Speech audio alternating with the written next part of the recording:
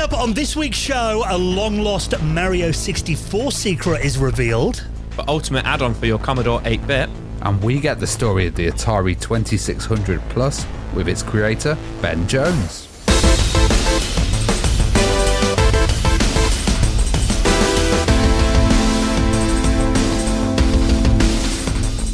And the Retro Hour podcast is brought to you each and every week with our incredible friends at Bitmap Books. Now, why don't you treat yourself to this? Have you seen The Art of the Box? Now, with more than 80,000 words and 350 full-colour images and covering 26 different artists, this is a glorious celebration of video game box art, as told by the people who created the covers with the paint, the ink, the pens and the airbrushes. You can find out more about that. Check that book out and the rest of their retro gaming collection at bitmapbooks.com. And with our lovely mates at PCBWay. Now, of course, you know about them. They offer a fully featured custom PCB prototyping service with low-cost, fast turnaround quality boards. And if you want services like 3D printing and injection molding, they've got you covered as well. And of course, you know that PCBWay are big supporters of the retro community. So get an instant quote right now at PCBWay.com. Hello and welcome to the Retro Hour podcast, episode number 410, your weekly dose of retro gaming and technology news with me, Dan Wood. Me, Ravi Abbott. And me, Joe Fox. And a very warm welcome to the podcast. And not only the show that, of course, brings you up to speed on all the big happenings in the world of retro gaming and technology news, but can we just say a very happy new year? The first podcast of 2024. Oh, man, 2024. It's the future, guys. See, do you say 2024 or 2024? I was having this debate with someone the other day. That's a good question. I say 2024. Yeah. It does sound futuristic. And yeah, it's kind of like when you were a kid and you said 2024, it'd be like jetpacks and, you know, kind of all this madness. But no, there's no jetpacks here, is Well, as we do enter a new year, we're not going to go too big on this, but I just thought it might be worth pointing out to you guys that this is actually our 8th birthday of the podcast as well. You might remember we started this show all the way back in the first Friday of 2016, so that means 8 years that we've been doing this every single week. And I don't know about you guys, but I always feel pumped up at the start of a new year as well. You know, lots of possibilities, lots of incredible guests to come, all the events that we're no doubt going to be going to throughout the summer as well, as we kind of leave the Christmas period and New Year behind us as well. Just you guys have good Christmases. You know, you're feeling refreshed now. Yeah, I went and saw lots of different friends. Loads of people I haven't seen. I've probably been out more than I've been out in the whole year in 1 month. And I've probably ate more than I've, had in the whole year in 1 month as well. Mine was an interesting one. I managed to get like 9 days off work. But as you guys know, and maybe many of our listeners know, our book arrived just before Christmas. So I pretty much spent the entirety of my time off packing the book, wrapping them all up. Yeah, Joe's house basically turned into a warehouse, didn't it? It did. For the Christmas period, yeah. And you did a fabulous job as well, thanks to Charlie as well, because yes, your wife did a great job in making sure that they were packed in a very nice way. She did. She helped a lot. And then Dan came over for, I think, 3 days on the trot as well. And Dan was our superstar delivery man. driving through puddles, floods, storms. Because you guys are out in the countryside and it has been storming a lot. Yeah. I even remember when I was driving to Joe's to get the books, like bridges were getting shut down. And there was flooding going on. I was like, right, I've got to avoid that one. And I was driving through a storm. Yeah, it's been been pretty chaotic. We could have been sensible. We could have got the books delivered like in August or something, but that wouldn't be us, would it? That wouldn't be us. No, before Christmas. As soon as they were done, we got them delivered. And but I am very, very, very happy to report that they have all been posted as of today. As of the point of recording, all of them have been wrapped and posted out. They have been arriving in people's hands the last couple of days, which is a fantastic feeling and fantastic to see. And it's been some lovely comments about it and stuff. So yeah, wicked. Well done, guys.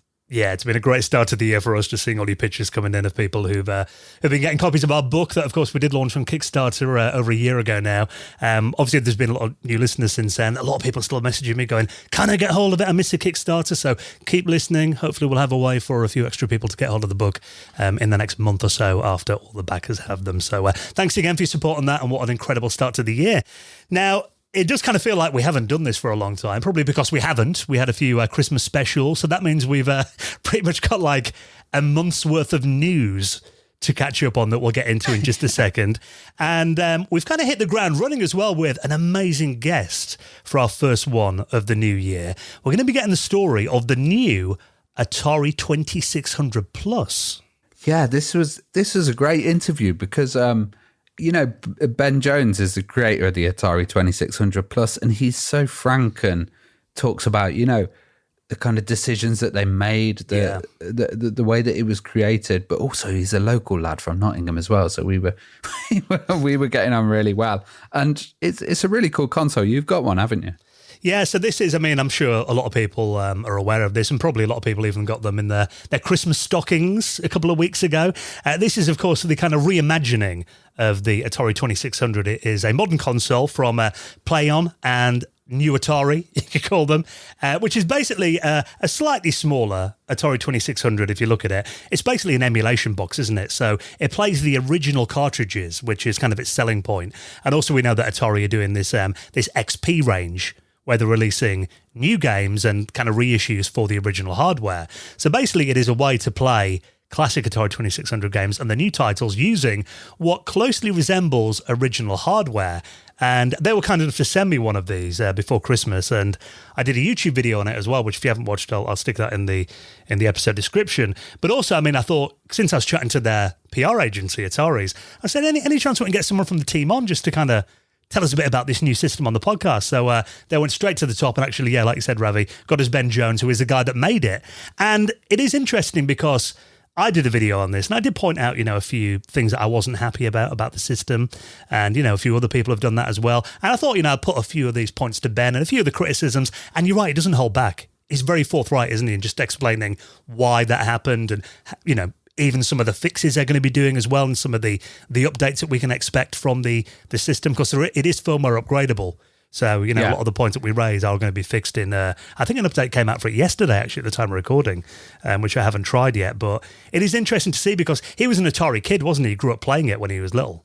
Yeah, we did. And when we first heard about it, we weren't really sure about it. We were like, a console that's gonna play the old cartridges and stuff, and we weren't really sure about the appeal. But it seems to be doing really well and quite popular as well.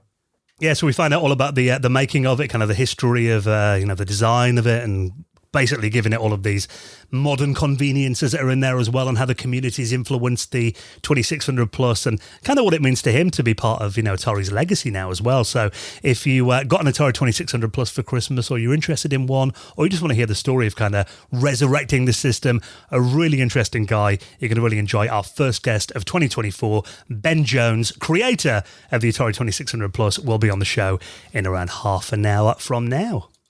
Now, let's not hang about then, because we have got a lot of stories to get through, pretty much a month's worth of news. We've kind of picked out some of the biggest ones from the last few weeks, including this story that I've seen absolutely everywhere. And I was watching Modern Vintage Gamer's brilliant video on this before Christmas. This is that there has been a secret hiding inside the PlayStation 1 game Alien Resurrection for the last 23 years.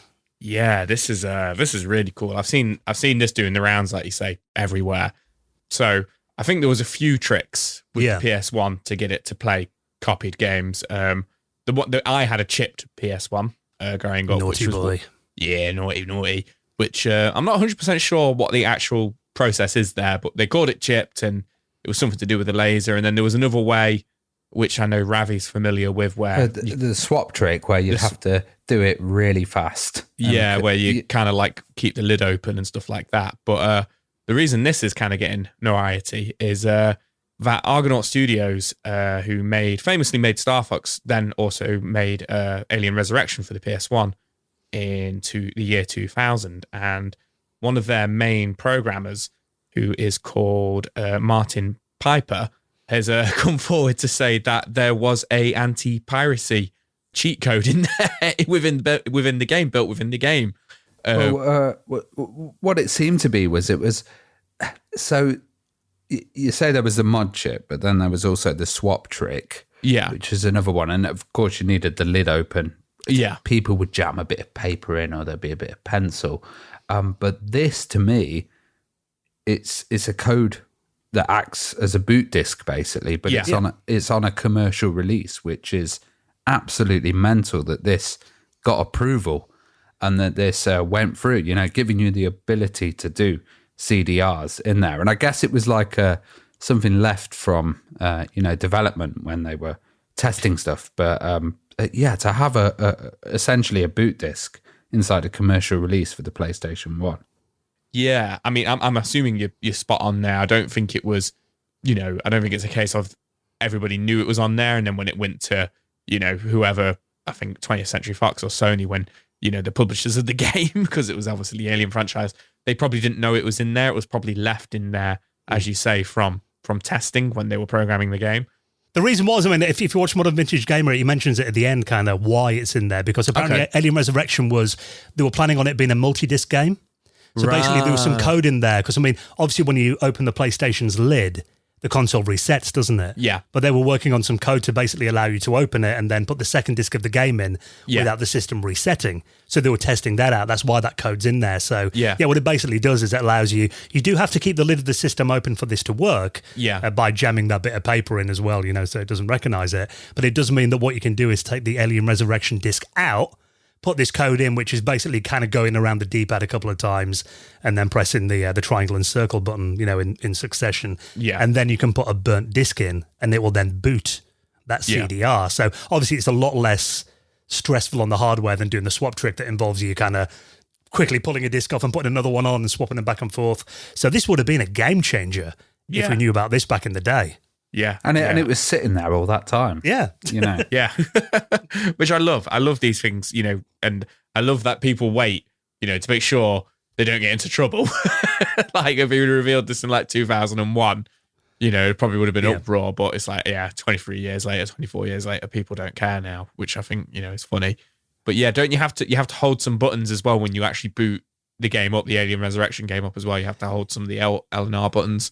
Yeah, it's not easy to do by the looks of it. It's quite, I was going to kind of mention how to do it, but He does it on a PS1 as well, like ONE, the later, smaller ones. And I remember the swap trick was easier on the original PlayStations. Okay. And they're much harder.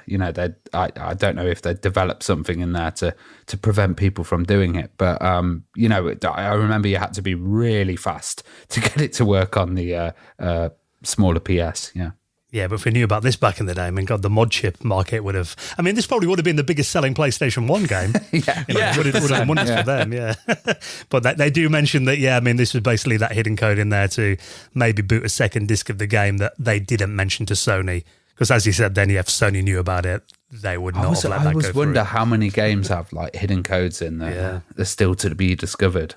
Yeah, it's interesting. Because I know there was stuff like... I think there was an action replay for the PlayStation 1, wasn't there? I don't know how popular they were, but there were exploits that were done on the memory cards as well. Yeah.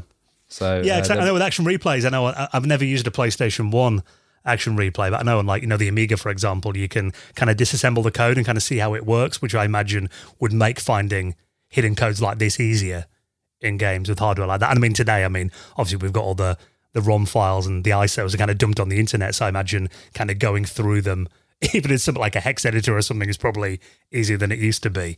So, like you said, the fact that this has remained hidden in there, something that would have been such a big deal 23 years ago, it does make you excited to find out what else is kind of lurking in games that we haven't discovered yet. So, obviously, we'll keep you posted as we hear more, but very cool trick.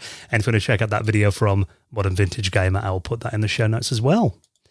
Now, speaking of things that are kind of long lost, this is very cool. I must admit, this wasn't something I was even aware was a thing. I do remember back in the day watching Bad Influence on TV and seeing when Violet Berlin was in Japan and she went to Space World and she saw that kind of first preview the first public showing, wasn't it, of the Nintendo 64? And I remember watching that and being like, wow, this system that had been hyped up for so long, and kind of seeing that Mario 64 demo on the screen. Also, there's Kirby's Air Ride as well, which obviously was never released on the N64 and that guy's in the end. But I do remember it being a very impressive demo of the system as well. But actually, it turns out there was something kind of hidden in there that we didn't see on UK TV, but there is a very brief glimpse of Mario 64 in its early stage that was going to be a multiplayer game with Luigi in there too.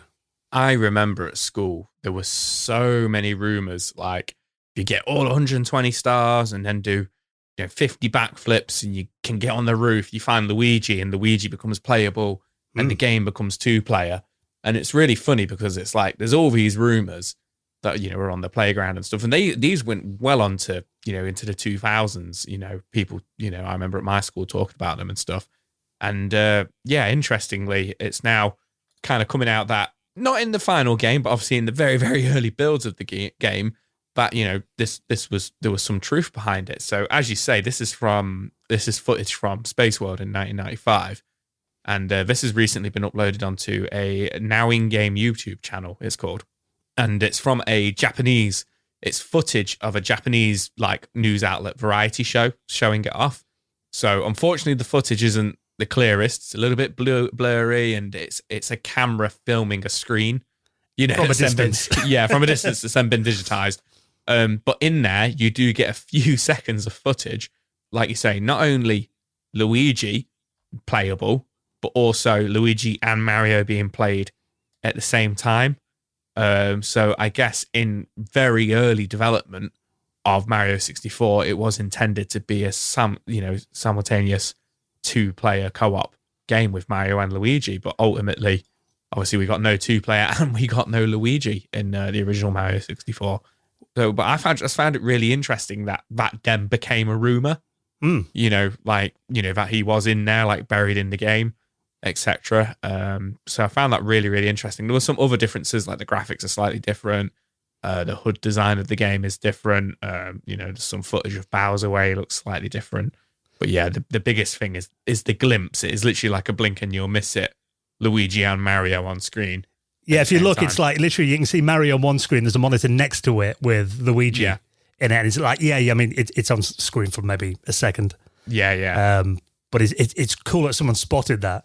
Yeah. I think in this footage and to see it. But what's interesting about that demo as well is, I mean, there are a few people that saying the frame rate on it is actually better than the release version, which considering there was 2-player code in there as well. The fact that it ran quicker with that seems a bit bizarre. It probably wasn't running off the N64 hardware. It was probably running off, the supercomputers. And silicon graphics behind behind there. Yeah, it'd be hard to hide a silicon graphics machine, wouldn't it? Under a blanket. Yeah, that's how they used to do it. Yeah, behind curtains and stuff. Didn't they? Yeah. Shows. Yeah. Could be a good point there, Joe. But it does make you think. I mean, we mentioned about kind of that hidden code in Alien Resurrection. I wonder if that Luigi code is still buried in Mario 64 somewhere. Maybe. I doubt it. The amount of it's a Nintendo game. It's a popular Nintendo game. People have gone through that code, with a fine tooth comb. Surely we would know by now, but there might be at Nintendo headquarters somewhere a very early build of that with Luigi in there still. Yeah, because I know there was a few builds in the Giga Leak and stuff as well, but I don't think anyone's found that. No. I imagine this is a very early build of it. Yeah. But it does look very cool. It makes you wonder how it would have played as well. I can't get my head around being able to. I guess maybe it's if it was 2 players. How would that work with the cameras and stuff? Well, that's the thing. So in the article I was reading, it did say, and this is just, I don't think there's any truth in this. It's just speculation and rumors. But the Nintendo 64 DD, the disc drive, did have limited online capability in Japan. Yeah. So they were saying perhaps it was going to be for that, and then you would play on separate N64s. Ah, right. Interesting. But that just feels so 2024 for 1996. Feels so futuristic. If they had released that though, that probably would have been a system seller for it, wouldn't it? For the DD and online capability. Yeah, it could have meant we had online gaming popular, much earlier than it was. Yeah, absolutely. But yeah. the DD never came out. It sold really poorly in Japan, and that was it, wasn't it? Yeah. So, yeah. Yeah, how things could have been. So if you want to get a little glimpse of that early footage, like you said, blinking, you'll miss it. But there is a little clip there of Luigi in Mario 64 buried in this 20-minute footage. It's interesting to look at it as well, because, it's obviously all in Japanese, but I think just looking around the show as well, because, that was such a big event, wasn't it, back then when we got that first public glimpse at the N64, so it was worth watching. So if you want to check out that video, I will link that in our show notes as well. Now, of course, we do cover what's been happening in the world of Nintendo, Sega, consoles, Sony, all that kind of thing. We do cover computer news on the podcast as well, Ravi. You like to get a bit nerdy about this kind of stuff, don't we? Including, I always love seeing this, something that adds a load of new functionality to the Commodore 64. Well, this is like an all-in-one kit, and it's cheap and pretty amazing, the amount of stuff that you can do. So it's called the Teensy ROM, and it's basically based on a Teensy 4.1, which is a development board that runs off the ARM CPU. It looks a bit like a Raspberry Pi Pico, doesn't it? Board, and it has obviously the CPU power in there, but it also has micro USB support as well. It's got, you can put an SD card in there as well, but his board expands it. So this is a cartridge that's for the C64 and the 128 as well. And the amount of stuff you can do on it is absolutely mental. So it's got obviously super fast loading in there. It's going to load a lot faster than your cassette. It's got MIDI, and you can host MIDI, and it's got an interface for it as well. And it's got, USB support in there, so you can have USB sticks, put files off the USB stick, load the ROMs in there. That's very cool. It looks really cool. And you know what I love about this? The price point as well. It's $59 fully That's assembled. really good. Which is just mad considering what you're getting for that. And we've seen a lot of these kind of carts and cartridges and add-ons and stuff, and they have been quite pricey in the past. And kind of seeing this and seeing that this is open source as well really impresses me. And it's comes from a guy called Travis Smith. Yeah, no, you can get these. Like you said, he's uploaded the whole thing onto GitHub. So, there's, you can make your own. There's instructions there with, he said actually minimal soldering. So apparently it's not that difficult to make. Or you can buy them fully assembled from him as well. A few things you mentioned there, which I think are awesome. The fact that, I've got stuff like an SD2 IEC, to load off SD cards, which, that they're very common for the Commodore 64. But I think, like you said, having this kind of all-in-one cartridge where you can load, stuff like program files, or it even loads... it's got ROM emulation, so you can load like cartridge ROMs, the CRT files, they're called .crt. So basically Commodore 64 cartridge games, you can load straight into memory from these too.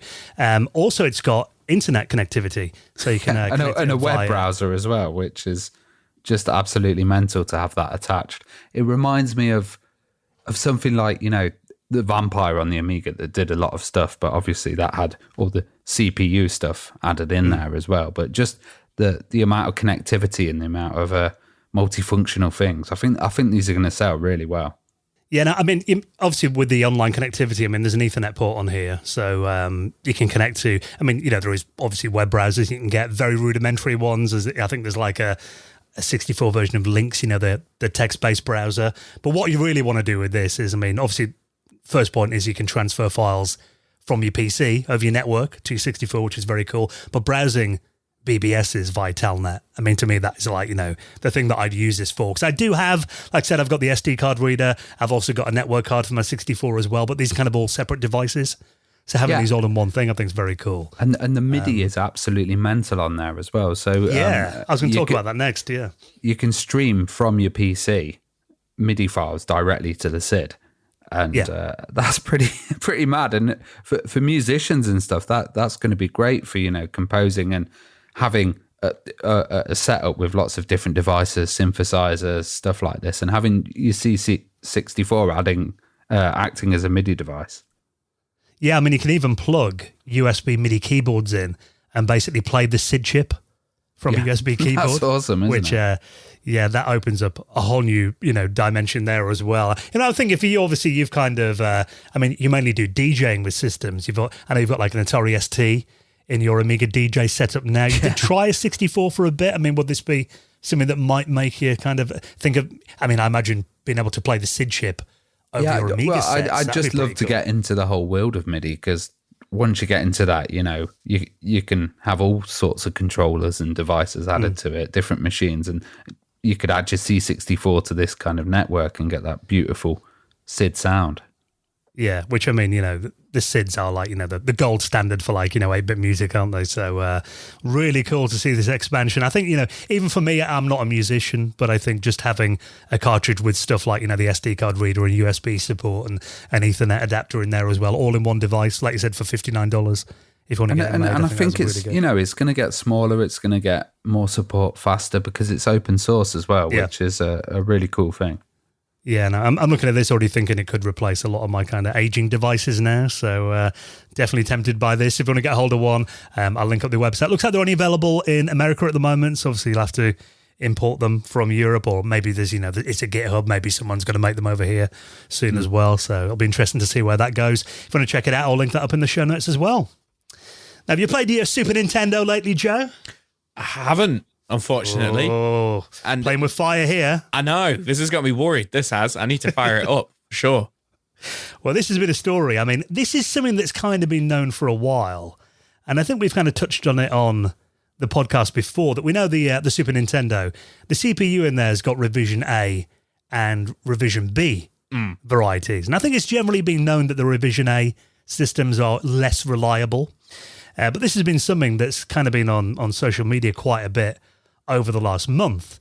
And there's a few modders who kind of started this conversation. Also a retro repair specialist called Fenris Wolf Retro and a modder called Kona, who basically started this conversation on Twitter /X, basically saying that, you know, they won't work on revision A Super Nintendos because basically the CPU can die in them if you look at them the wrong way. And there's also been stories about, apparently people, I mean, if you check this thread, it's interesting, people saying that they've had their revision A Super Nintendos basically in a cupboard for a couple of years and then taken them out and they've just completely died. The CPU's failed on them without them doing anything. So this has kind of sparked, you know, a bit of panic in the retro community. People thinking, you know, the Super Nintendos have basically got a ticking time bomb inside of them, which is pretty horrifying. The thing that gets me about it and the worry of it is there's no like known prevention. It is just a case of it could just happen. And, you know, and I can't imagine it's a massive problem because people have only just started talking about it. And it's not quite as big as like, you know, the batteries in the Game Boy games, you know, like the Pokemon games, which, you know, leaking everywhere or just dying and stuff like that. And it's not as common as that because we're only just starting to hear about it. But it does make me worry that in like, you know, the next 5 or 10 years time, you know, SNESes are going to become, and they are already quite expensive. You know, you struggle to find a SNES for, you know, 50, 60 quid these days. They're, you know, kind of shooting up in price. But it just made me worry that in 5 years time is the Super Nintendo going to be like a working Super Nintendo going to be like a really rare console? Like, and all of a sudden it turns out they've only got like the CPUs have only got like 30 years on them ish before they die. And it's just the early ones are dying now. You know, this is complete speculation and just my concerns and worries. But it's amazing, you know, all this stuff that we kind of collect and we all enjoy was never meant to last more than a few years. And I'm sat here with a 30-year-old machine next to me still going. And, you know, you're kind of plugging and patching and trying to keep it going.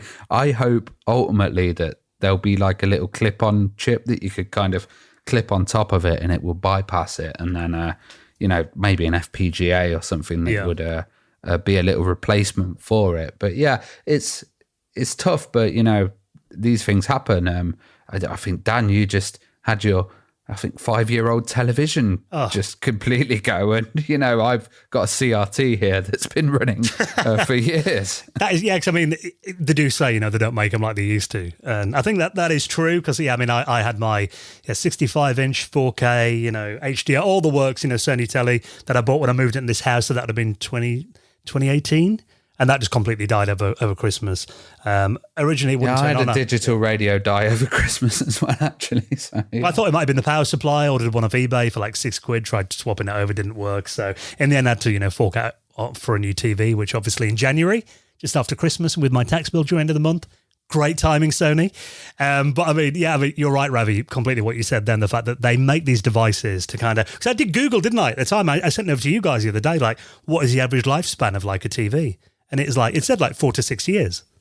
And I was like, I said that to you, Ravi. I said, I've got two 30-year-old CRTs here that are still kicking just fine. Yeah, and Nintendo is not a company that I'd expect to have failures or necessarily use cheap components like a Commodore or a few others, Well, I mean, that is another system that kind of sprung to mind when they're talking about these CPU failures. I mean, the Commodore Plus 4 and the Commodore 16 had like an infamously weak CPU in there in terms of reliability. It was, I think Commodore had some new like kind of chip fab technology they were using at the time. They're kind of moving over to a new process, and they're like, really, really unreliable. Again, one of these where you look at it the wrong way and one day they just die. But luckily, there have been people that have been kind of adapting standard 6502s to work in there, or 6510s, and people have been doing FPGA replacements for the CPUs in the Commodore Plus 4. So that does kind of fill me with confidence. I think you're right, Ravi. There will be some solution for replacements in the future. I think because these systems are so loved. I mean, they're sold like 50 million Super Nintendos. Yeah. I can't imagine the community are not going to take this seriously and come up with some alternative. But it does make me wonder what's kind of the split with Revision A and Revision B systems? Yeah, I guess. I mean, was there? I know we spoke about this before, but was there an easy way of determining if one was Revision A or Revision B? Yeah, I mean, it might be written on it if you open it up and have a look inside, maybe. Yeah, yeah, maybe. Yeah. I'm literally looking at mine now. It's sat to the right of me, and I'm like, do you still work, or are you just like, what revision are you? So I'm definitely going to test it out tonight. I've got systems like that where I think if I don't turn it on, it works. Yeah. In my head, it still works. It's in perfectly good working order because I've not played it. So, it might be worth just getting your SNES out over the next couple of weeks and giving it a try. And, just not that there's much you can do about it at the moment if it does die, apart from, get a bit depressed. And if it does work, there's not a lot you can do about it because it might still die. Yeah. So these are the perils that we have, being a retro gaming enthusiast. So, I mean, it is good that people are making this a thing and, bringing attention to this problem. So I think that is a way that people will find a solution to it, hopefully at some point. So fingers crossed, not too many Super Nintendos die in 2024. Now, while we're talking about Nintendo, I thought this was quite interesting. Obviously, we think of the Game Boy, and we think, what uses does that system have? Obviously, the main thing is we play video games on it back then, but actually it turns out that there are actually a few more uses to your humble Game Boy than you might think of. The Game Boy it's such a diverse, little, handheld. So we already know, it was used, it was compatible with certain sewing machines for designs and patterns that could be used. If I remember rightly, wasn't there a fishing sonar? There was a little office suite as well. The office suite we talked about, we've talked about that, but there was the official release for the sonar fishing thing, I think. Hopefully I'm not making that up, but I can see that in my mind's eye. No, I remember the sonar fishing, yeah. Then obviously a games console, a handheld games console, you could play games on it. But this is really interesting. It was used as part of the Peugeot, the car brand, Peugeot. Their Peugeot vehicle diagnostics in the early 2000s, which, is doing the rounds at the moment. And maybe people, maybe this is old news. Maybe people knew this surely this will be something that was spoken about at some point. But yeah, it's been, according to a Twitter/X user, who is called X_Cutive, so XX. I still can't get used to that name, X.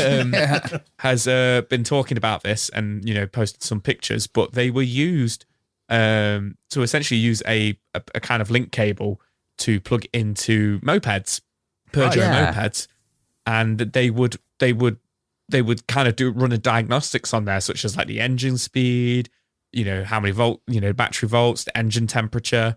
And obviously it wouldn't just plug in. There was a cartridge that would come with it. And this was a commercial kit that you could buy, as a mechanic. The Peugeot Diag 200 kit, it's called. Yeah. And you could buy it, and you could either buy it where it would just come with the cartridge and the cable, or you could buy it and it would come with a Game Boy Color, or in later revisions, a Game Boy Advance. And any normal Game Boy Advance or Game Boy Color was compatible with it, with the cartridge and the cable. It was just whether you had one at home already or whether you needed to buy one.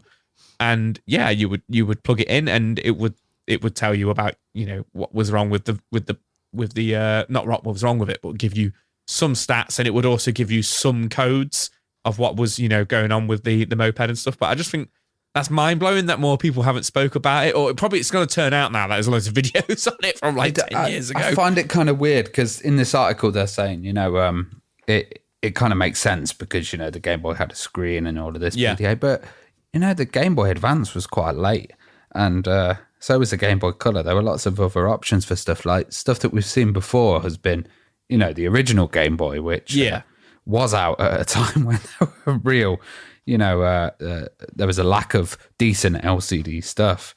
I find it amazing that this is kind of packaged, but also I've just got this image of someone at a pit stop, you know, in their Peugeot, and then a guy runs out with a Game Boy and plugs it in. It does make me realise why sometimes mechanics take so long on repairs. It seemed that they're like playing Mario Kart on it, like, I'll get to it later. It could have been the case. Playing Pokemon, bit of Tetris.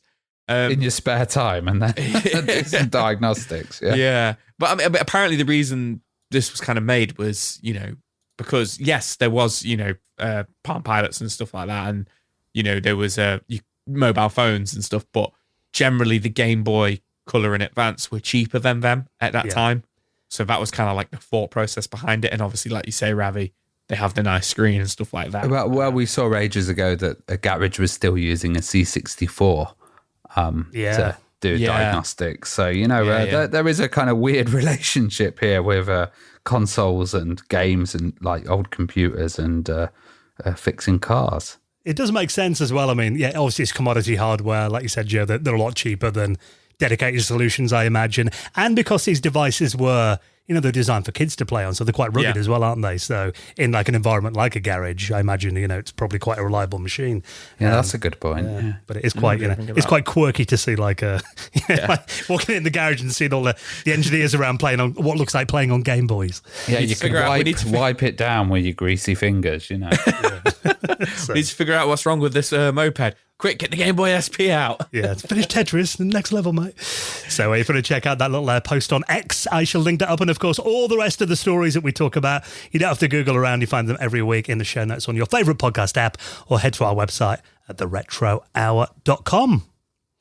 Now, we do have a patron for this podcast as well. A little reminder that we are, you know, we're obviously into the new year now. And hopefully you enjoyed the little bonus episode that we dropped last week. Because, I mean, we always take the week between Christmas and New Year off. That's kind of the 1 week. You know, we do 51 episodes a year. We take that week off. And we had a word to our Patreon community, didn't we, in Discord, Ravi? And I was chatting to them. We're like, well, should we put something out in that week? We weren't really sure what, just to kind of fill that gap. And a lot of people in there, like, why don't you put an After Hours episode out to everyone so they can kind of check out what they're missing if they're not a patron member? Yeah, and I think that worked really well as well, because that gap's weird as well. I felt weird not doing the podcast every week. It's like, you know, such a integral part of our lives. We did have a few people message again. Have you guys messed up and accidentally released the latest After Hours to everyone? It was intentional. It was an older episode from about a year ago. It was the one where we got Joe on the Amiga 500 Mini. I put that one out to everyone. So, God, you didn't tell me it was that one. That was the one, Joe, yeah. We picked our favourite Amiga games, so that's definitely a good listen if you want to check that out. But if you want more of that, if you join us on Patreon as a gold member or above, you unlock, I think it's going to be 39 episodes of the After Hours podcast, some of which are like 2 hours long. So plenty of extra listening in January. And of course, with us just celebrating our 8th birthday, that does mean this month all the renewals are going to come out, you know, website renewal, audio, hosting, all of that. So very good time if you want to support this podcast and make sure that we can continue throughout 2024 and also get an invite to the first Patrons Hangout of the new year that will be coming up at the end of the month as well, where we get all our patrons together. Everyone's invited. Come on, geek out with us for a couple of hours on a Sunday evening. So if you want to find out all about that and join our wonderful patrons community, all the details are on our website at theretrohour.com. And we did have a few new sign-ups over Christmas as well. And of course, we do welcome in our new patrons into the most prestigious high score table in the world of retro gaming, and that is the Hall of Fame. Hall of Fame. And let's give a very warm welcome to our latest patrons, including Scott Coulter, Hunt, Frank, and Ron Van Scherp, who all joined us on Patreon over the last couple of weeks. We massively appreciate your support. And if you'd like to join our wonderful patrons community, all the details to join us right now are on our website at theretrohour.com. You're never going to let me re-record that intro. You're always going to use the old one. Maybe we could open that up to, I don't know, some kind of competition. I know, like, on there, if you listen to This Week in Retro, they have the Dave's Housekeeping jingle. Maybe our community can make it a Ravi Hall of Fame, or maybe not even with Ravi in it, just like a Hall of Fame jingle. A little challenge that we put out there. If you fancy a little creative challenge in January, then please do get in touch. Now, before we get into our chat with this week's special guest, Ben Jones, telling us the story of the new Atari 2600 Plus, let's welcome on a brand new supporter of the Retro Hour podcast, and this is our wonderful friends at AG1. Now, I think this has come in at a very good time, because you might notice that Ravi is sounding rather chipper at the moment, and that's because, I mean, you know, you get to this time of year, weather's awful, and we're getting about, 6 hours of daylight here in the UK at the moment, and it's something that's actually become a big part of our routine over the last couple of weeks, and really made us change the way that we think about daily nutrition is AG1. Yeah, it's it's one of those times of year where we've ate too much, and I'm kind of out of exercise, and I want to get a bit more focus, energy, and work on my immunity and health as well. Yeah, now AG1, it's not just another supplement. What it is, it's actually a comprehensive and very convenient blend of over 70 high-quality ingredients. Now, the idea is it supports your mental and physical health, and the best part is it is so easy to make, isn't it? All you do in the morning, one scoop, once a day, into a glass of water, then you just mix it up as well, and you get a powerful dose of vitamins, minerals, nutrients, everything you need to keep your energy up and your mind sharp on these dark, wet, wintry mornings. And I don't know about you guys, but after having this, I've definitely noticed an improvement in my focus and my energy levels as well. Because I don't know if you guys are the same, but often when we get to this time of year, I don't know whether I've got that kind of SAD, but with not having, maybe it's a vitamin D deficiency this time of year. My energy levels normally in winter are nowhere near what they are in the summer. Well, I'm also not a master chef. All my food doesn't contain the nutrition that I kind of need. So it's really good to have that. And the good thing about it is, rather than having a black coffee or something that I often used to have in the morning to get me going, you don't get that caffeine crash as well. And obviously it gives you the immune health. It's all going around again at the moment, isn't it? Everyone's sick right now. So it is packed with all the stuff you need, your vitamin C's, zinc, other key nutrients to keep your immune system in top shape as well. So if you want to try this out, if you're wondering about the quality of it as well, this is actually NSF certified for sport, meaning it's gone through all the rigorous testings and verifications, so you can trust what you see on the label is exactly what you're getting. Nothing more and nothing less. So if you want something to help you out on, these cold, wintry mornings that we have here in the UK right now, and help your immune system out as well, something really convenient, why don't you give AG1 a try? And of course, we always get you the best deals as well. So actually, as a bonus, just for Retro Hour listeners, if you go to this link, drinkag1.com/retro hour, that is drink, letter A, letter G, number 1.com/retro hour, you will get a free 1-year supply of vitamin D and 5 free AG1 Travel Packs with your first purchase. So head to that website right now, drinkag1.com/retro hour. I'll stick it in the show notes as well. And a massive thank you to our wonderful friends at AG1 for their support of the show. Right then, next, we are going to be joined by our first guest of 2024, and it is an incredible one as well. The creator of the brand new Atari 2600 Plus, Ben Jones, is next on the Retro Hour podcast.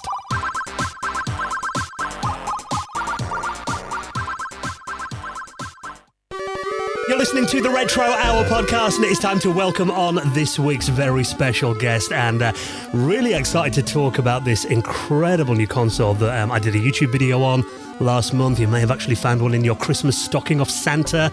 Everyone's been really hyped about the brand new Atari 2600 Plus, the modern 21st century revisioning of the classic Atari console. So we thought, to find out a bit more about it, why don't we welcome on the creator of the new Atari 2600 Plus, who's also the commercial director of Retro at Plaion, Ben Jones. Welcome to the show, Ben. Hey, how's it going? Very good, thank you. And thanks for taking a bit of time to come on the podcast. I know you're actually a local lad from Nottingham where we do the podcast. So you and Ravi were doing a bit of a reminiscing about school rivalries and stuff before we started recording. Yeah, I can't believe it.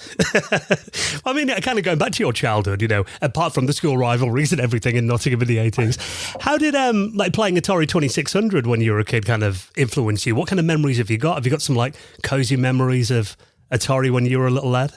Yeah, definitely. We had one. So I was born in 78, so it was like a machine that had been out for a few years, but it was definitely one of the first machines that we had in the house. And yeah, obviously stuff like River Raid and all that. And then can you imagine in like your wildest dreams that like 40 years later you're invited to make an updated version of it? It's kind of insane, really. But yeah, the wooden panel, everything about that generation. I was just more slightly going into 16-bit, I think.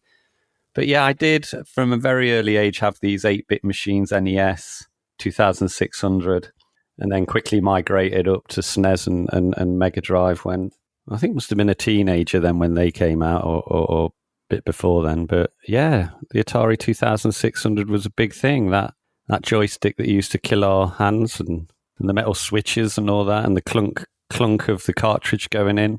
Yeah, I remember chewing on one of those joysticks as a baby. Wow. Yeah. What was your background in electronics then? Well, about 17 years ago, I started to talk. I made a website in my bedroom where I was selling Nintendo video games. And it kind of like took off, and I was just buying stock from one distributor, and that was Koch Media. And you could be lucky, and you could just list on a marketplace, and somehow it took off. So I had a little bedroom one-man operation selling Nintendo games, and like I said, Koch was the distributor, and it did reasonably well. And I went down to meet them a couple of times, and it was funny. I kept on advising them to say, look, your website's broken here, here, and here. I think basically the boss just got irritated with me criticizing his website. And he said, well, why don't you come down here and fix it? Right. And he offered me a job. So I initially started just doing website management for them. They're a distribution company, so business to business, selling all software for all modern platforms. But particularly at that point, they were a preferred distributor of Nintendo products. And it was, the Wii and the DS heyday. So it was great to be around that. I've obviously been a Nintendo fan as well all my life. So it's great to get involved in there. And the journey into products, the journey to here was basically that there was a competitor distributor that started to obviously be very successful with plastic tennis rackets and plastic baseball bats that you would attach to your Wii controller. You remember all that? Yes, yeah. Yeah, I think Virtua Tennis had one that actually came with it. Yeah, absolutely.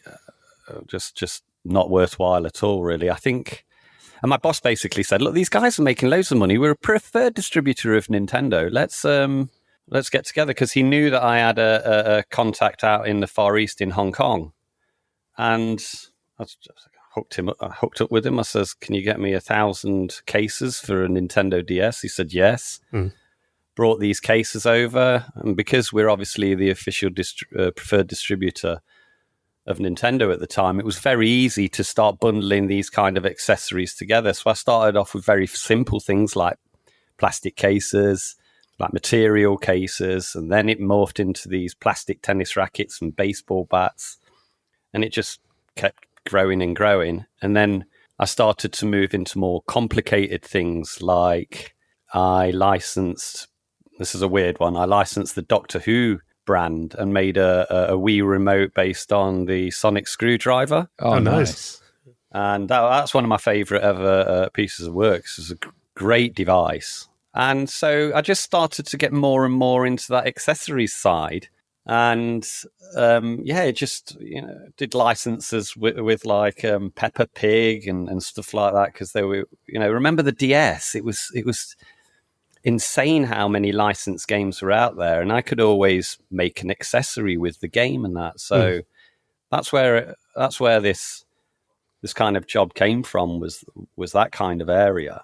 And well, that all tanked when the Wii and DS went. Had to look at the next thing.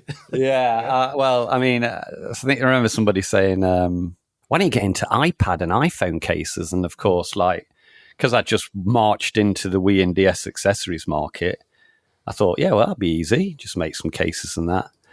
But no, it's not the same. You need to ensure that you've got like your access to retail all sewn up. And then we were approached by a company called Retro Games Limited, and they were talking about bringing a Commodore 64 to market, a retro device. So that mini console, of course, yeah. Yeah, so they dreamt up the C64, and I was involved because of my links to China and all my experience with logistics and all that. I helped them manufacture the C64, which was a real great success and a fantastic machine. Still see videos coming out of it now. And then they went on to continue releasing machines like the VIC-20, the big one with a working keyboard, and then they did a C64. People call it a Maxi in Europe, but we don't like the Maxi name, really. I don't think in the UK it has connotations. Yeah, it's hard to shake that off, isn't it? Yeah, but what else did they call it? I mean, the C64, I don't think it's got a suffix, actually. Full size or something, I think I see. Full size, yeah. That could be it. But it sounds like, it sounds like, that working on these products then, it definitely set you up for what you've done with, Koch's is Plaion these days. Yeah. The company renamed itself a couple of years ago. So let's talk a bit about just getting into the 2600 plus. Tell us how those initial discussions with Atari began, and how did you get involved in recreating something as iconic as the 2600? How it started was that if I remember correctly, I think I was introduced to maybe Wade Rosen by our CEO. So Wade Rosen's the current CEO of Atari. Maybe somebody associated, I can't quite remember, but it was basically to do with selling the VCS in Europe. The console that they made about 3 or 4 years ago. Yeah, that modern console. Steambox type thing. Yeah.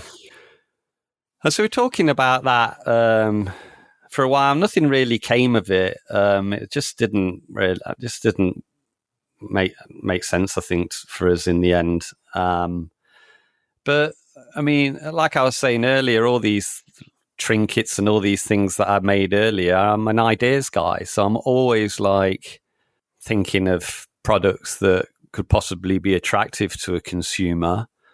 And I did have an idea about a different Atari machine.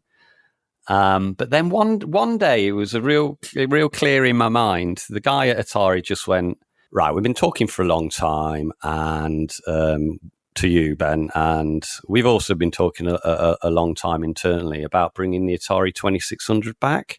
Holy moly. I was like, yeah, so I played it pretty cool, if I remember, on the call. But then when the call went down, I was like real punch in the air, because I thought, I bet. I knew this was the one. I knew this was the one, because the Atari 2600, apart from its incredible industrial design and aesthetics, it to me signifies the beginnings of home video, interchangeable cart playback, really. But that one was the one, right? Licensed games and wonderful. I was going to mention that, the licensing, having the Atari brand and the actual, original designs all available. How did that kind of help? And, having those kind of key principles, what drove the design on the Atari 2600? That's a great question. I've been thinking about it a lot recently, and everyone always... I mean, the general sentiment is very positive about the hardware and the way it looks and that. And it's kind of funny, isn't it? Because all I got to do is copy the original. So everybody is very kind in that and says these nice things, but it's just an attention to detail to ensure that you mimic the original's look. I mean, there's obviously a slight change in size, but everything else, I mean, it's just look at the original machine, ensure that your CAD designer is putting it into a 3D model as perfectly as possible, then get 3D prints made, and then just keep reviewing, keep tweaking, make sure everything is, like the amount of ribs that are on the front of the machine has to be the same as the original. Yeah. The amount of, like, the way that the metal levers look, they have ribs on it. They're really small, but... And if you get that wrong, people will notice. Yeah, it's such a iconic design, Yeah, I mean, it's just back and forth. But yeah, I mean, really just blessed with having that original design to just copy from, really. I'm interested. You mentioned about, the fact that the 2600 Plus is smaller. It's I'd say about 80% of the size of the original. Why did you decide to make it a bit smaller then? Was it purely just, I imagine that the cost of shipping larger units in boxes, that kind of thing, if it didn't need to be any bigger? I don't know. Sometimes things just happen. I mean, I had a couple of Atari 2600 originals sent over to me, and I always think, this is a chunky unit. This is big. I mean, you could kill somebody with those big old heavy sixes and that. And of course, over the last few years, there's been there's been loads of these mini machines coming out, but this isn't really a mini.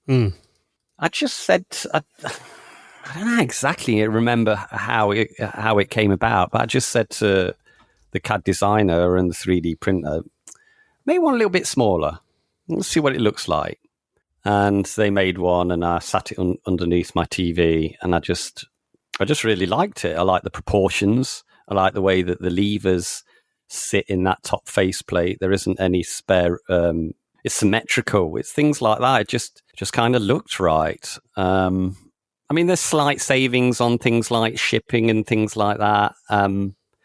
But one interesting thing about the 80% size, that it's actually the smallest it can be. Because if you go any smaller than 80%, the cartridge slot doesn't look. You have to mess around with the faceplate like scale, so you would start to lose that instant. It would look like a uncanny valley machine, if you know what I mean. So yeah, no real reason apart from I thought it looked nice. I was wondering what kind of like market research went into the audience for this, because it appeals to that older crowd, but also the new one. So who would you say is the kind of core audience for this console? Oh, great question. This market's very niche, so it's always only a few people that make these machines, and it's mostly engineers, and then there'll be somebody in licensing and things like that. And when we started, well, we'd already kind of done the deal with Atari, and then I got allocated a marketing team. So you have like shared resources in companies like this. So I'm just a one-man unit with a graphic designer, but we have sales teams, we have marketing teams, finance teams, and I kind of plug into each one in a certain way. And I got allocated a team of these the marketeers. About three of them worked on it, and the first thing he says is, we're going to get a marketing agency to do like some market research. And I was like, oh, what on earth? Okay. And I was pretty shocked at the price, but they basically they were to advise on exactly what you said, like target audience, and they did a bit of help with branding and things like that. And I mean, if you want some bedtime reading, I think I could send it you. I think it was about 80 pages long, and it just talked about, let me think, it talked about things like Stranger Things influences, and how retro has been building over the past 10 or 15 years. I mean, none of it was a big surprise, because you always think you kind of know it. But for somebody to write it in a report, it was like, it's kind of validation for the market. And the market, of course, that they instantly told me to go for was the 40 to 55 market. And then there's subsequent little segments, like there are young people that are interested in retro. I'm always quite surprised at it that people choose certain generations of machines and go back, even like people in their 20s and that. So that was the kind of market research we did. And also, did you know that there was going to be like a line of games coming out for it as well? Because when we first saw it, we thought maybe it was just for like the older titles or older collectors, but then obviously all these titles started coming out. Yeah, the XP range, yeah. From day one, mate. From day one. Exactly. They had the XP range Atari have had the XP range, which they've been releasing games quite prolifically, to be honest. And so that was a part of the thinking. And of course, we don't have any games preloaded on the machine. It was always to be a cartridge, a multi-cart. And then I just thought, or we thought that, we need a paddle set. Atari have got paddle games sitting there that we can utilize. And then I don't know whether it was somebody at Digital Eclipse, but somebody that Atari have got links with said that they had a enhanced version of Berserk. And I thought, wow, this is really interesting. Because reissues are great, love them, but to give people a slight enhancement to it makes it, you're getting your reissue, but you're also getting it, with a couple of quality of life improvements maybe, and Berserk was that. And then my favorite was Mr. Run and Jump. From the minute I seen it, I said to Atari, I really want to release this alongside the machine, because then we've got a nice selection. You got the 10 games, all varied, coming with the machine. You got 4 decent paddle games coming with the paddle set. Berserkers are kind of a reissue but enhanced, and then a brand new game. So it's a nice, compact selection. And I think there's a press release recently from Atari and Plaion. There's 4 more new games coming. I don't think we've announced the titles, but that should be happening. And then behind the scenes, I mean, the response to the machine itself, and it's just, honestly, people at Atari are absolutely fizzing, and here with me at Plaion, absolutely fizzing with ideas what we can do and bring out cartridges next year. I think there'll certainly be a few more cartridges come out. What's nice about it is that if you get it right, it's a relatively low barrier to entry, because the amount of cartridges that you need to sell is attainable, really. And be nice to have breakouts that go crazy, but just to give collectors and people the opportunity to buy either reissues or enhanced editions. I mean, look at the homebrew scene of the 2670. They are insane games that people are making even today. So I'm sure there's talk about bringing them over for a more wider release. And then, of course, there's things like D-Makes, which I'm particularly interested at the minute. So that's taking a modern intellectual property and then making a 2600 game or a 7800 game from it. I saw the Halo D-Make. Yeah, that was impressive by Ed Freese. Yeah. And that's really exciting, because you have... Halo is a bit of a weird one, because they went from like a 3D shooter to a 2D kind of thing, but there's nothing you can do. But that's the one that really excites me, is to build games from the ground up using intellectual property. However, the only problem with that is that you're building something from the ground up.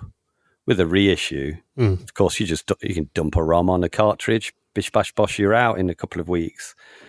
Making Atari 2600 games particularly is quite a challenge. I remember playing Mr. Run Jump, and I was like, I got to speak to this guy. I've got to get who made this game. I want him to make me a game. And I said it to Atari, and they contacted the guy. And as far as I recall, it was something like, the 2600 game, I had to code it in assembly. It almost broke me. It took me like 1,000 hours. Never again. I was like, okay. So that's the thing, those limitations can make it more difficult, can't they? Because you've got to fit it within the constraints of the system and the RAM and the processor. And yeah, absolutely. Yeah. There's no middleware tools and that for 2600 game making. I'm interested in, when you're at that design concept stage, obviously you mentioned then that the idea was, to make it cartridge only from the beginning. So, it could play the original carts as well. Obviously, when you're designing a project like this, I guess there's always a danger that you'll get, I think, what's termed feature creep, where you add too much into it. I mean, did you ever consider enabling it to play ROMs or having like a Wi-Fi chip and a store in there? Or was it important that it was just a cartridge-based system? Yeah, of course. We talk about those things all day long. I get a lot of flack. I'm on Atari Age at the minute, and I get a lot of flack for it not having CRT scan lines. I don't know whether you mentioned it in your I've seen a few people mention it. And I was like, oh my goodness.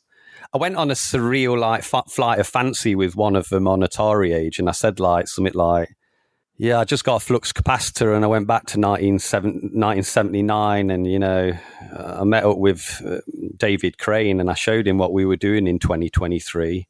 And I said, yeah, we bought the Atari VCS back in 2023 and we play it on 75-inch flat screen TVs.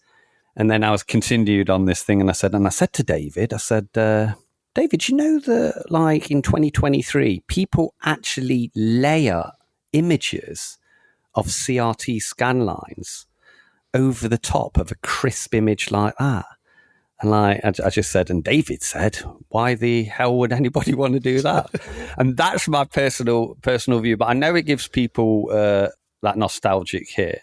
And I think I've written a couple of times that I'm going, just because I have a personal view about something, it shouldn't preclude the machine giving people options that they want to have. And for sure, we've got quite a sizable update coming very soon, and I think a secondary update will probably be one that adds CRT filters. I've got to bow down to, of course, maybe save states, and maybe a few other little quality of life things that people are used to. But I don't like it. You know what it reminds me of? When you get when CDs first took off, and then you'd occasionally get artists who'd put the vinyl crackle on the actual song on a CD. Yeah, reminds me a bit of that. Yeah, that's a good one. Yeah. That's a good analogy. But yeah, I think it's the way that I've got a problem with it was always with a menu. I like the cleanness of the Atari 2000. You put in a game in, you know what game you're playing. You're just playing the game. That's the end of it. And my problem was always with having a pause menu or something. It just kind of, for me, breaks that authenticity. But I have to think of a way of doing it, that is tasteful and that is in a style of the 2600. But yeah, there's a few quality of life things that for certain I'm going to have to maybe a bit reluctantly bring into an update in the future for sure. Well, it's great that you can kind of send updates nowadays as well. And I found it interesting that it's also compatible with the 7800 cartridges as well. And would there be any further plans for compatibility with anything else?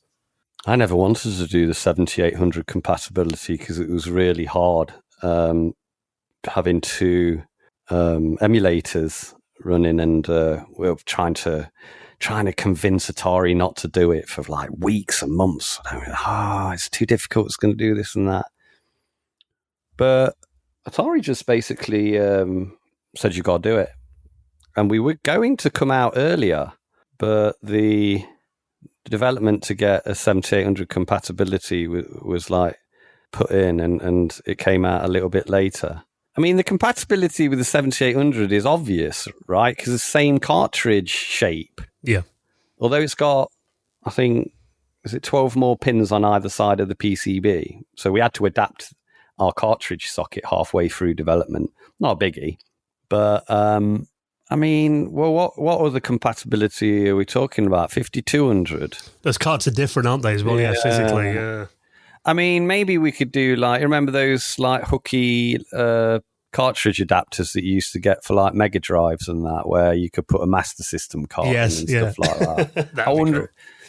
I mean, it'd be something that I would for sure look into. But that one to me seems, basically I've got more important things to make sure that we get right with the machine's software right now than that.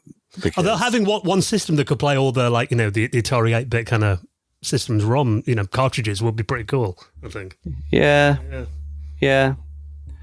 I mean, we just got to see how it pans out. To be honest, we have to see how much legs the machine has next year. I'm pretty confident we'll be selling it for quite a while. This machine's not really got a time limit, has it? It's not got a technological, It's not going to be outdated next year. Yeah. Exactly. And the nostalgia piece will just keep giving as long as we keep. So at first, we're going to give these updates. Make it best in class. Make sure nobody on Atari Age can moan about something that's wrong, a compatibility. And we are absolutely motoring through an update at the minute. We've got 1080p coming. We've got 5060. Regions like PAL and NTSC. Yeah. At the minute, the machine only outputs in 60 hertz. Which causes a few little glitches, which of course people rightly flame me for. So that's already done. I've been testing it. And what else have we got? We've got a massive lot of updates to the 7800 gameplay, which will enable things like homebrew titles to work. And there was a bit of an unfortunate thing where there's quite a difference sometimes between PAL and NTSC 7800 games. So we got to I tested all 50. I think I tested 54 out of the 58 7800 games, but they're all NTSC. They all work perfectly. There's about 8 7800 PAL games that they're just put together differently. So there's all things like that being fixed.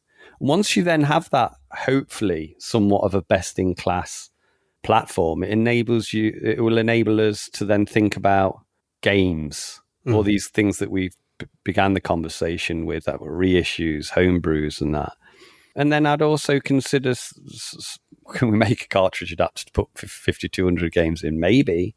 So that's the kind of thing that we'll do, because the work on the software at the moment, although it's quite a lot, it's finite. Yeah. Once the machine is running, scrolling perfectly, whatever hertz, whatever resolution, no glitches, you're done. So it's nice for me to think, well, I'm going to be close to getting to that position. Imagine not having to update the machine anymore because you've basically kind of got it to a level where it should be. Yeah, that's a dream, I guess, isn't it? Yeah. I mean, I'm sure people will always find little oddments and that, bizarre carts that don't work, but it's had a good start. It needs to be great. And once it is, it opens up the thought processes to, I think just making games. How would the updates work on it? Is that you put it on a USB stick and just put it in? Is that how that works? No, it's not the most elegant at the moment, I must admit. You plug it into a PC. We're just putting together some instructions at the moment, and you use some kind of a flashing tool and we'll provide the image, and it then flashes the memory on board. Right. It's quite quick. There's a little bit of setup, a couple of minutes, but then the actual flashing of the ROM is about not even a minute. And no soldering required, I guess. Yeah, no. I mean, it's not as convenient as a Wi-Fi update or anything like that. But I think a lot of these people that want the update, they're tech heads anyway. So it will come to know. It won't be anything too strenuous for them to do an update. So, if we're talking about the kind of, the mod cons, the quality of life features that you mentioned there, for modern users, kind of, getting that balance right as well, the mixture between, obviously you need HDMI on there because, no one really has SCART or anything like that anymore, or RF, for example. How did you kind of get that balance in, and what kind of features did you think were important to include on the system? Which ones was there any you considered that you left out in the end? Yeah, loads. mean, I met with a guy at Atari every Monday for about a year, and that's what we would thrash out. Exactly what we wanted in and what we wanted out. We're currently having a discussion with him at the minute about a Wi-Fi, a wireless CX40. Right. I don't think some people are too keen on it. I'm very keen on it because I play it here using this wireless CX40, and it's such a joy not to have a cable, to be honest. And there was precedence because back in the day, there were CX40 joysticks that were wireless, albeit they had like a huge antennae coming out of them. So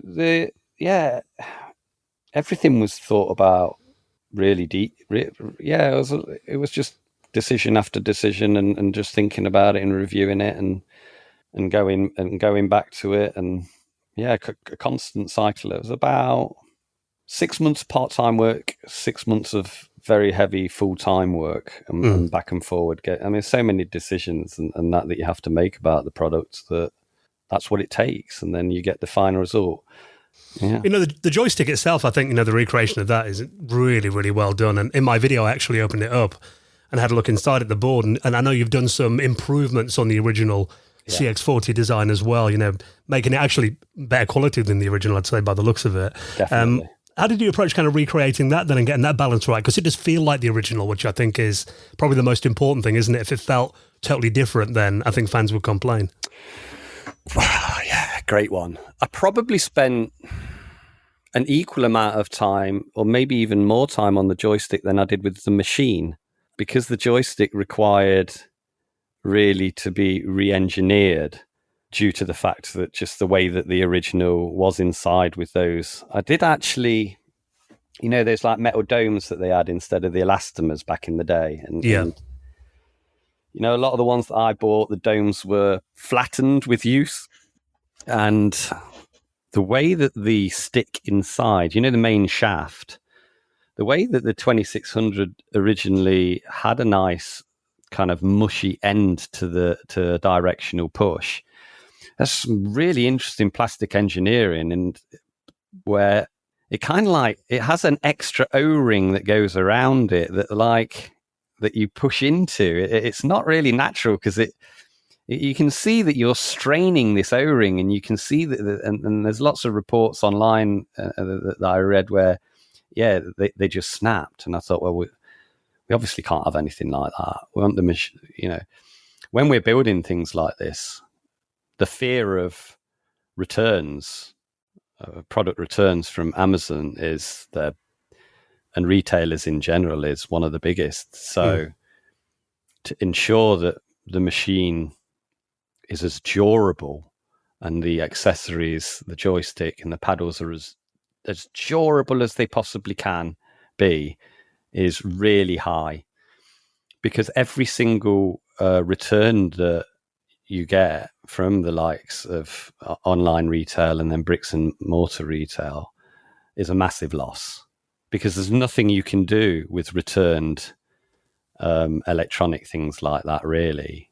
I mean, it's soul destroying, really, because when I've done previous reviews of returned units, I say like 100 units in the warehouse, all returned, Ben. I say, all right, send them over. Let me have a look at them. 90% of them, absolutely nothing wrong with it. So, that's just a user error then, was it? Generally. No, it's just very generous consumer protection laws. Yeah. I mean, of course, everybody being a consumer are very pro it, but when you're the manufacturer, you're like, God damn. Because what do you do with the machine? What would I do with the 2600 as a business? What would I do with the 2600 that's returned, even if it's in perfect condition? Yeah, somebody's had their hands on it. Yeah, somebody's like screwed it in and plugged things in. Nothing you can do with it. But back onto the question of durability and the joystick is, we really worked on that for a long time. I was constantly, at first I got samples and that from the factory that was like, the 3D prints, and it was, a lot of these CX40 joysticks you see nowadays that are sold, they're very like like switchy feeling, like it's very definite. There's a hard stop. So it's quite nice to play games like Pac-Man with that. But I was just like, well, no, we're making the 2600. You know, even if people hated the CX40 back in the day, I don't care. It needs to feel exactly the same. So it was always a case of, revising the throw of the joystick. I used to call it the smushiness of the feel. There's a slight change to the feel of the button, but that's really was unavoidable. The original used like a spring mechanism, and I think it went onto one of those metal domes. And yeah, we in 2023, the only way really for me to go was to use those elastomers. But even the elastomers, very deeply thought about. I'd always have lots of different, they all have like weights, like they're rated for like the pressure of when it's like activated, the pop. Yes. And we always have lots of different weights of elastomers. And I carefully have to, I'm doing it now, I'm closing my eyes, and you have to move the joystick around, press the button, and just, no, I don't like that one. That's too poppy. And then that's light. I think we ended up on one of the lightest elastomers for the button, but actually for the joystick directional movement, it's quite a heavy elastomer pop. But funnily enough, it doesn't pop in your hands. It kind of just squishes. And that's the thing, because to me, having it side by side with the original, and I mentioned this about the switches on the device as well, on the console. I mean, they feel a bit like stiff to move, some of them. But then I'm looking at my 2600, and I think, well, this thing's 40 years old. Maybe they were a bit stiffer 40 years ago. No, they weren't. Right, okay. That's the thing. I can tell you about that. Okay. We got the levers on the right-hand side absolutely plumb. Perfect. Yeah. But the two on the left, I was never, ever, ever happy with them. And if you take the machine apart and you get the switch in your hand without the plastic that then goes into the metal lever, and you switch it on and off, it's much easier. I think it's because we have maybe 2 or 3 pieces of plastic and, of course, the metal on the top. There's some kind of like, I don't know what the word is. Is it like, there's some kind of like kinetic resistance, and because there's so many of these layers of plastic that just make it a bit too hard. Right. The factory looked for even lighter ones and says, "This is the lightest one you're going to get, Ben." So in the end, it's for me, it's a bit too stiff, but it's not a breaker of anything. So I'll tell you one thing. It might loosen up in time. I don't think they will. I got a good one talking about the levers. I was actually going on annual leave at the point of the announce of the machine, and press were getting their machines and that, and the marketeers. I think it was at Gamescom this year. Yeah, it was at Gamescom. And we had our marketing and PR teams out there demoing it. And, when you get emails and that just your heart absolutely sinks. Mm.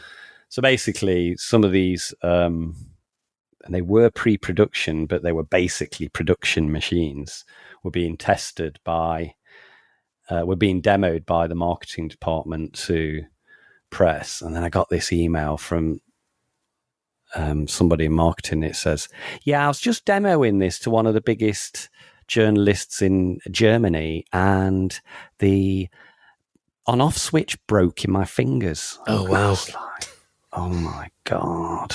That's not what you want to hear. I've just manufactured containers of this machine.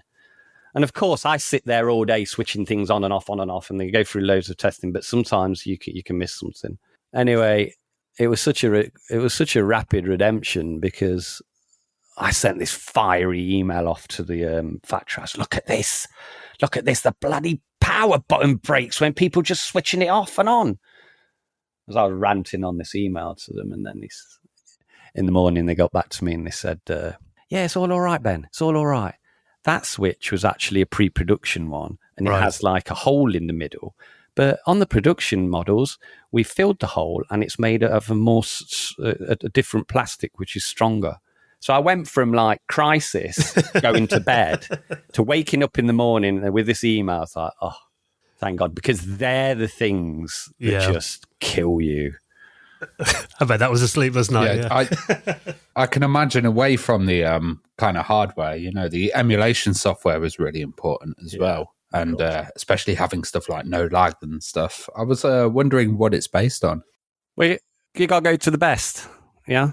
You have to go to the best. The best is Stella. And I actually contacted the Stella team, I think about a day or two after Atari and Plaion had agreed to go forward with it. So this was definitely a year ago, easy. And I said to them, and at that point, I didn't really have much of a clue of how I was going to make it. So I have access to developers of retro things, but, this one I wasn't quite sure. So I contacted the Stella team, and they were really interested, really, really kind, but they didn't want to do any work.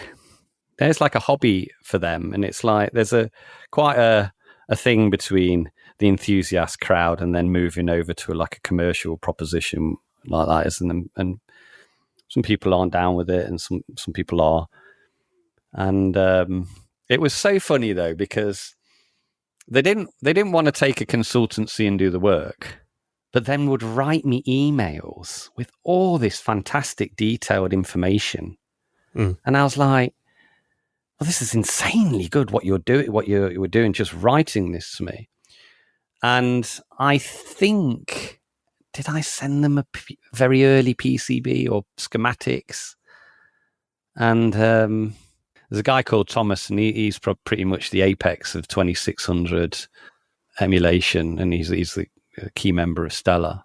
And he just basically railed against what was being suggested. Again, like what the main chip was. There's two important chips with the 2600. There's a CPU, and there's also a cart dumping chip. And that's really important because the cart dumping chip takes the information from the cartridge and like puts it into a format that then can be read by the emulator, and then it plays.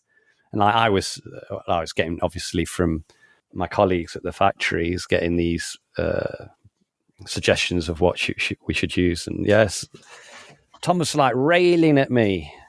Do not do this. Don't have this chip. You need more power.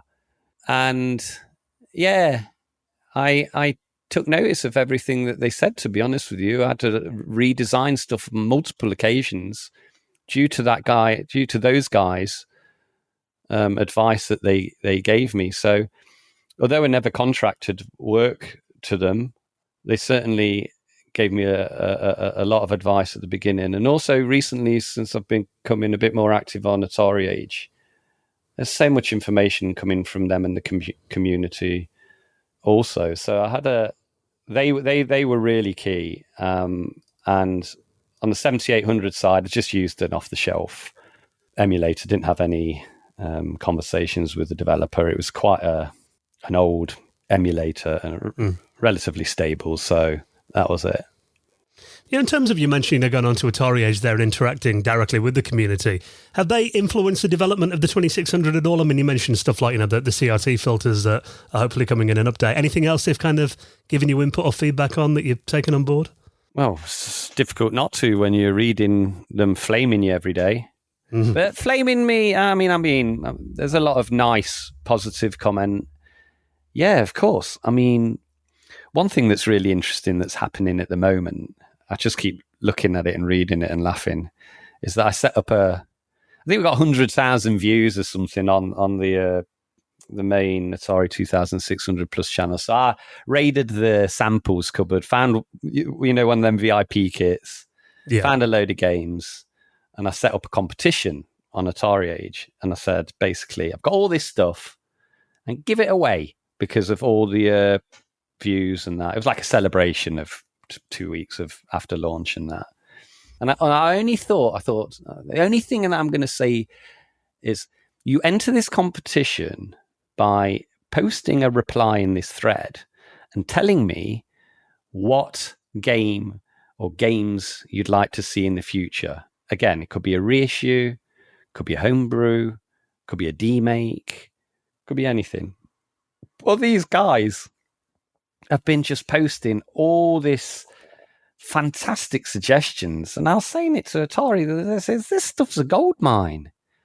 These people are suggesting things and giving us ideas that I never really thought about or didn't understand to the level of kind of excitement people have. And particularly, it's very interesting for me to see on this particular thread, maybe an even split or maybe a little bit more one way, is a lot of people want reissues. Yeah. A lot of people want, Pac-Man again and that. But then honestly, I think probably, and this may be, of course, to be expected with Atari Age, but maybe 50 to 60% of people just keep talking about homebrews and the new stuff. And I think primarily that's down to the quality of that homebrew. So, the community and that, it's a gold mine. And we read everything. And, we form... sometimes I disagree, like CRT filters, but sometimes, you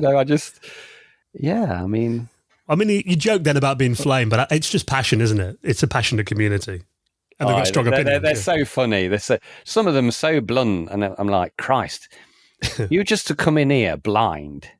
But like a lot of them, that's their humor. A lot of them, that's how they speak. And like, I saw it once when some guy was flaming a newbie and like, the newbie like just said something back to him, and the guy, the guy that like the expert, he says, "Oh, sorry, you're sorry. I didn't mean anything like that. It's just the way we talk." So yeah, I'm used to it. I'm used to it. I was wondering as well, you had a 10-in-1 cartridge that came bundled with the machine. What were the kind of choices of games, and how was that brought together? Was that done with you and Atari? Yes, it was. Yeah. Atari sent me a big list of games, and I had a similar kind of thing when I was lucky enough to make the Capcom Home Arcade, where I had to choose 16 of Capcom's arcade classics to put on this machine. I was like, geez, this is a great job. And similar to that with the Atari, it was to think about a relatively diverse selection. Try and hit quite a few different types of games, and then also think about how big they were. So we knew we had to have adventure, we knew we had to have combat, we knew we had to have Yar's Revenge, we knew we had to have Missile Command. Maybe we should have had a couple of other bits that Atari had. But then I just slowly... People at work are always very jealous of me because I'm often just sitting at my desk playing video games all day. And you can see them like give me a snide look or something. And I say, I'm doing my research. I have to play Atari 2600 and 7800 games all day for weeks on end. Such a grind. It's a hard life. Someone's got to do it. Oh, dear. Yeah, could be working down the pits, but I'm just playing video games. It's not too bad. So I would just, and then talk back to Atari. And then we would agree they would have their suggestions.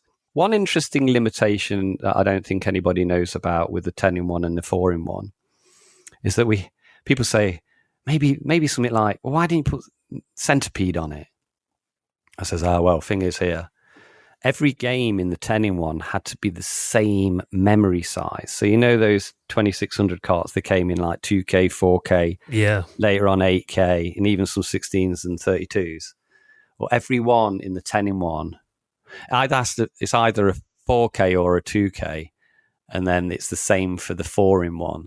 So I had some limitations on the kind of selection I could have because they all had to be one certain kind of memory type. Interesting. That makes sense, I suppose, when you think about it. Yeah. So you're kind of limited by they all had to be the same size, otherwise it wouldn't work. Yeah, I'm battling it with it. I'm battling with it for the minute because.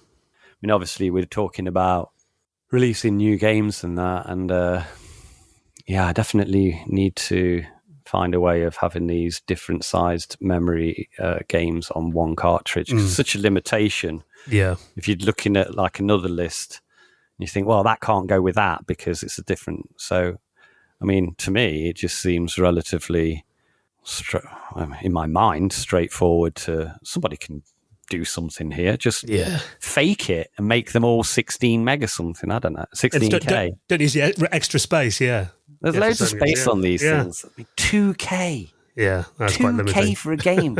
I was looking at like photos now, and it's like, wow, this photo I've just downloaded, 6 meg. A photo, a JPEG. Yeah. How many 2,600 games could I fit into this photo?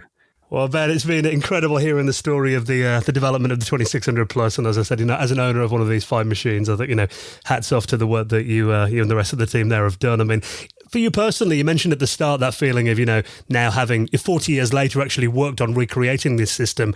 What does it mean to you personally then to be part of like the Atari 2600 legacy now? How does that feel? Whoa. Well, I think I said it to somebody else. It's just, remember when I told you earlier that like Atari just said to me, we want you to make a 2600 recreation. I was like, throughout the development of the machine, I constantly remind myself that I'm a custodian of this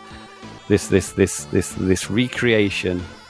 And that's why, when we talk about those metal levers, talk about the CX40 Plus joystick and things like that, always thought that I have to make sure that memory that people had of playing the machine is the same memory that they're going to have now. But now you got a nice 75-inch OLED to play those games on. And it was very important for me to basically not mess it up. Very important. Well, as I said, I think you've done an incredible job, and the reaction I've seen so far from everyone else that's got hold of one so far has been very positive. So can't wait to see what you and the team do next, and with these future updates as well. So thanks again for coming on, Ben, and best of luck with it. Thanks a lot. That's really, really kind of you. Cheers.